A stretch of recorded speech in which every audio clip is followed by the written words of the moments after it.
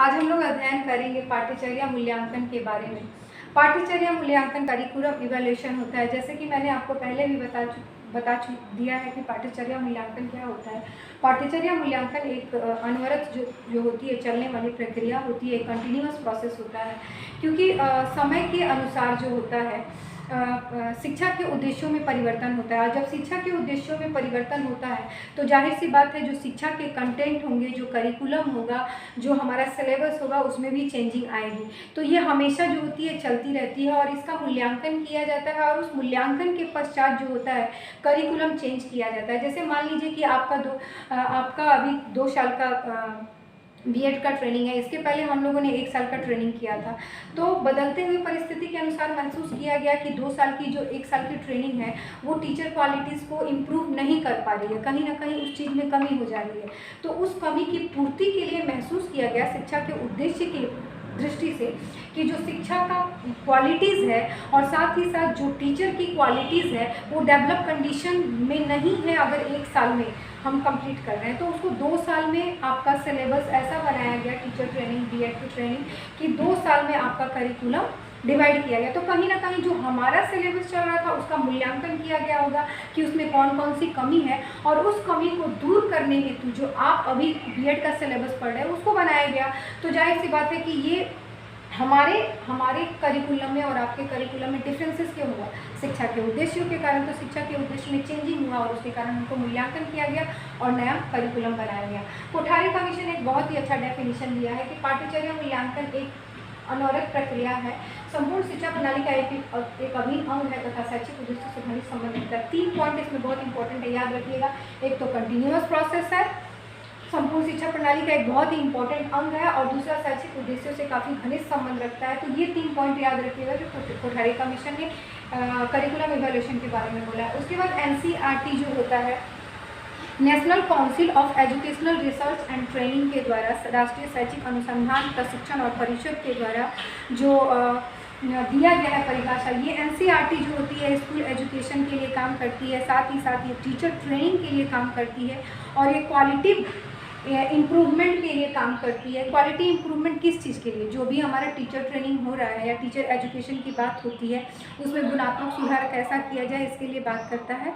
और गवर्नमेंट जो होती है एनसीईआरटी को सुझाव देती है। तो एनसीईआरटी के द्वारा पाठ्यचर्या मूल्यांकन के बारे में बोला गया है कि पाठ्यचर्या मूल्यांकन एक ऐसी सतत प्रक्रिया है जिसका उद्देश्य शिक्षा में दिए गए अध्ययन अनुभव के प्रभाव का मूल्यांकन करना है। जाहिर सी बात है, मैंने अभी बोला ना कि हम लोग का जो सिलेबस था वो फील किया गया होगा कि शैक्षिक उद्देश्य की पूर्ति नहीं कर पा रही है, क्वालिटी इंप्रूव नहीं कर पा रही है।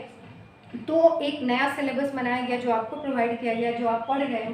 तो वही दिया है कि ये देखता है कि प्रभाव का मूल्यांकन करता है कि जो हम एजुकेशन सिस्टम चला रहे हैं, हम जो शिक्षा के उद्देश्य चला रहे हैं, हम जो करिकुलम चला रहे हैं, वो इफ़ेक्टिव है या नहीं, ये एनसीईआरटी करता है। जैसे कि मैंने आपको बताया कि ये गुणवत्ता से रिलेटेड है। एनसीईआरटी हमेशा गुणवत्ता शिक्षा की बात करती है, ठीक है। अब पाठ्यचर्या मूल्यांकन के उपागम क्या हो सकते हैं, अप्रोचेज क्या हो सकते हैं, किस तरह से हम पाठ्यचर्या मूल्यांकन को चेंज करते हैं। तो हम प्रश्नावली, क्वेश्चन आयर प्रोवाइड करते हैं, इंटरव्यू ले लेते हैं कि कैसा अभी जो एजुकेशन सिस्टम में जो करिकुलम चल रहा है वो सही है या नहीं, या फिर ऑब्जर्वेशन भी करते हैं। अगर मान लीजिए आपका जो करिकुलम चल रहा है, आपका जो सिलेबस चल रहा है, तो उसको हमको मूल्यांकन करना होगा, तो हम क्वेश्चंस भी पूछ सकते हैं, ऑब्जर्वेट कर सकते हैं, चेकलिस्ट कर सकते हैं, या फिर कार्यशाला जो वर्कशॉप ऑर्गेनाइज कर देते हैं, फोकस को हम डिस्कशन कर सकते हैं कि जो इवैल्यूएशन है वो जो करिकुलम है वो सही है या नहीं है। उसके लिए हम ये अप्रोचेस अपनाते हैं, ठीक है। पाठ्यचर्या मूल्यांकन की आवश्यकता क्या है, नीड क्या होती है? तो देखिए, ये प्लानिंग के लिए, जो भी हम प्लान करते हैं उसके लिए, साथ ही साथ टाइम मैनेजमेंट का ध्यान रखा है। टाइम के अकॉर्डिंग चीज़ें जो होती हैं चेंज होती रहती हैं, तो वो ध्यान देते हैं। रिव्यू ऑफ द वर्क, हम देखते हैं कि जैसे मेरा सिलेबस चेंज हुआ, तो मेरा जो सिलेबस चल रहा था बहुत सालों से बीएड का, तो महसूस किया गया कि इसमें कहीं ना कहीं कुछ कमी है, तो वो रिव्यू किया गया होगा वर्क का कि टीचर जो होते हैं उतने क्वालिफाइड नहीं आ रहे हैं, उतना गुणात्मक एबिलिटीज़ उसमें नहीं आ रही है, तो उस चीज़ का रिव्यू ऑफ द वर्क किया गया। Then clarity of the communication की बात इसमें करते हैं कि कितना सही है, कितना गलत है। Then addressing of different level of children, सभी जितने भी चिल्ड्रन है, इंक्लूसिव एजुकेशन की जो बात हम करते हैं, जो हैंडीकैप हैं या जो स्पेशल चाइल्ड है, वो सभी की आवश्यकताओं की पूर्ति कर पा रहा है कि नहीं, उसकी भी ज़रूरत है। Knowing, observing and understanding children all times, जो भी चिल्ड्रंस हैं उनको ऑब्जर्व करना, उन अंडरस्टैंडिंग लेवल को समझना कि सभी चीज़ की फुलफिल हो रहा है कि नहीं। अल्टरनेशन होता है, जैसे मैंने बताया कि डायनामिक है, हमेशा ना चेंज होते रहता है। अगर किसी भी चीज़ को कंटिन्यू रखिएगा तो क्या होता है, उस चीज़ से आदमी को बोरिंग हो जाती है। तो हमेशा शिक्षा नवीनता की स्थिति को लाना चाहता है, नोवेलिटी इन्वेंशन को लाना चाहता है। तो ये पाठ्यचर्या मूल्यांकन की आवश्यकता होती है। तो आज हमने पढ़ा कि पाठ्यचर्या मूल्यांकन क्या है, इसके अप्रोचेस क्या है और इसकी आवश्यकता या नीड या इंपॉर्टेंस क्या है, इसकी ज़रूरत क्या है। इसी के साथ ये समाप्त होता है। Thank you so much.